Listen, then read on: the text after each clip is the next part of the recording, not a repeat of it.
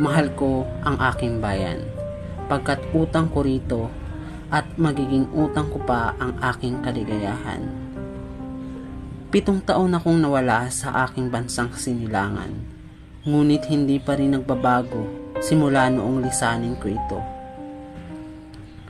Maraming sinasabi ang mga tao kaya daw ako umalis dahil di ko mahal ang aking bayan na tinubuan ko.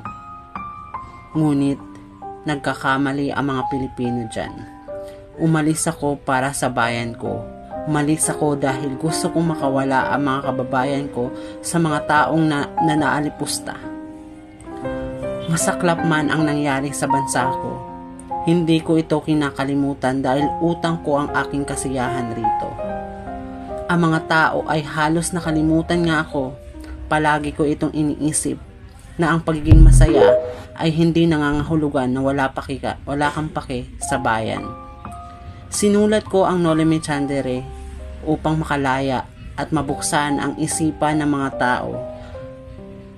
Ang akda ko na ito ay naging daan o naging sandata ng mga Pilipino upang makalaya sa bansang gustong angkinin kung ano ang meron ang mga Pilipino.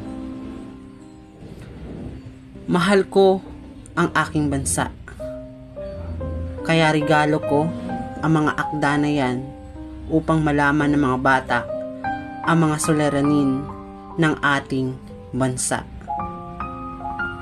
Mahal ko ang aking bayan pagkat utang ko rito at magiging utang ko pa ang aking kasiyahan.